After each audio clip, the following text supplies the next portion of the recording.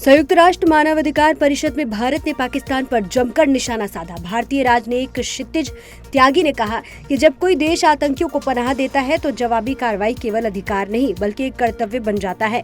उन्होंने ऑपरेशन सिंदूर को इसी कर्तव्य का प्रतीक बताया। त्यागी ने पाकिस्तान को आतंकवाद का केंद्र बताया और याद दिलाया कि ओसामा बिन लादेन को शरण पाकिस्तान ने ही दी थी। कनाडा के प्रधानमंत्री मार्क कार्नी ने G7 शिखर सम्मेलन में पीएम मोदी की उपस्थिति को भारत की वैश्विक नेतृत्व क्षमता का प्रतीक बताया।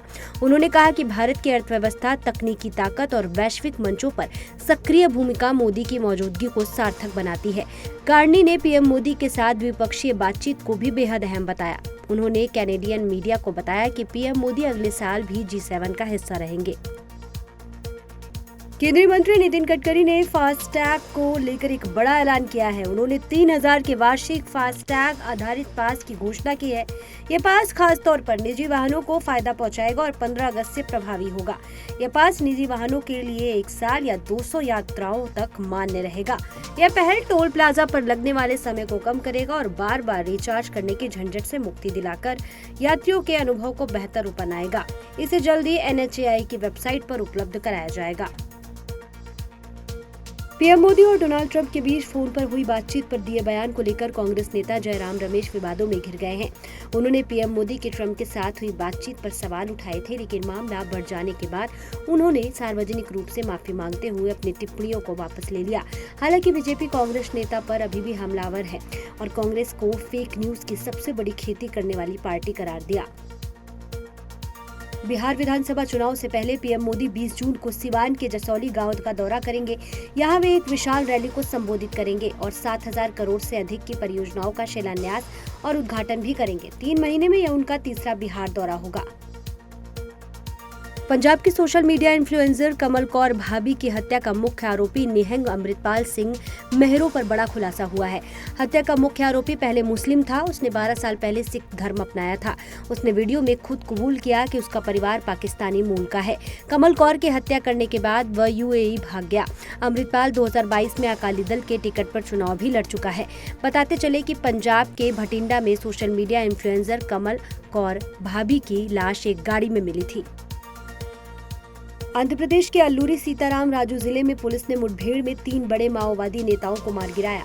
आंध्र ओडिशा सीमा पर लगे देवीपट्टनम वन क्षेत्र में स्पेशल एंटी नक्सलाइट फोर्स के जवानों ने जवाबी कार्रवाई में केंद्रीय समिति सदस्य गजरला रवि उर्फ उदय, अरुणा और अंजू को ढेर कर दिया। सुरक्षा बलों ने मौके से 3 AK-47 राइफलें बरामद की है।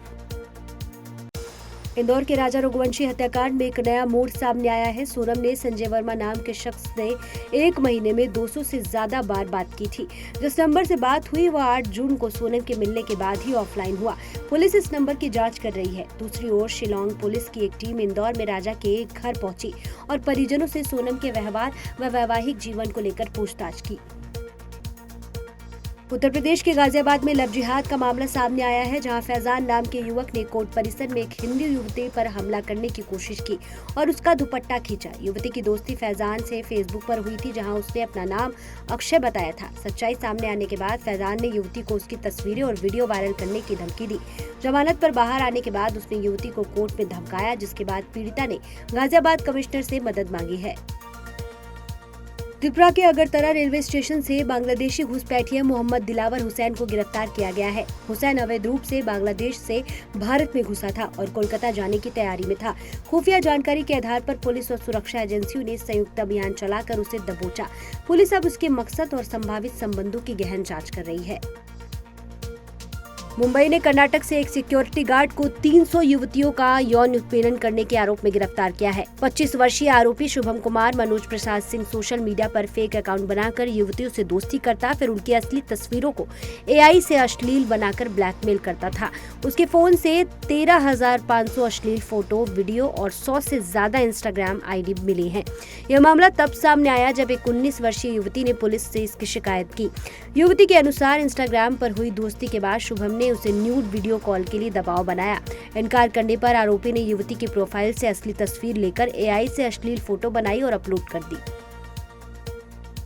प्रवर्तन निदेशालय ने पनवेल और दादर में एक बड़े भूमि घोटाला मामले में छापेमारी की है। यह मामला हैदराबाद के निजाम से संबंधित वन भूमि की अवैध बिक्री से जुड़ा हुआ है। आरोप है कि इसमें फर्जी दस्तावेजों का इस्तेमाल किया गया और जेएम मात्रे इंफ्रास्ट्रक्चर सहित अन्य ने NHAI से 52 करोड़ से अधिक का मुआवजा लिया। ईडी 1962 से ऐसे फर्जी रिकॉर्ड और अवैध भूमि सौदों की जाँच कर रही है।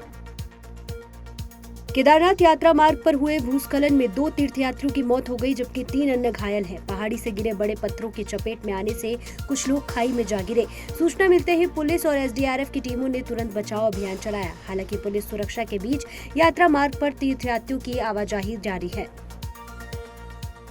बाबा अमरनाथ यात्रा 2025 के दौरान श्रद्धालुओं के लिए हेलीकॉप्टर सेवा उपलब्ध नहीं होगी। श्री अमरनाथ जी श्राइन बोर्ड ने पहलगाम और बालटाल रूट को 1 जुलाई से 10 अगस्त तक नो फ्लाइंग जोन घोषित किया है। अब पवित्र गुफा के दर्शन के लिए श्रद्धालुओं को केवल पैदल, पोनी या पालकी का ही उपयोग करना होगा। यह यात्रा 3 जुलाई से शुरू होकर 9 अगस्त को संपन्न होगी। भारतीय अंतरिक्ष यात्री शुभांशु शुक्ला का एग्जॉम 4 मिशन 22 जून के बाद के लिए टल गया है। अभी तक यह मिशन 6 से ज्यादा बार टल चुका है। ICC ने महिला T20 विश्व कप 2026 का पूरा शेड्यूल जारी किया है। यह टूर्नामेंट 12 जून से इंग्लैंड में शुरू होगा, जिसमें रिकॉर्ड 12 टीमें 2 ग्रुप में प्रतिस्पर्धा करेंगी। पहला मैच इंग्लैंड और श्रीलंका के बीच खेला जाएगा। भारत और पाकिस्तान को एक ही ग्रुप में रखा गया है और फाइनल मुकाबला 5 जुलाई को लॉर्ड्स मैदान में होगा।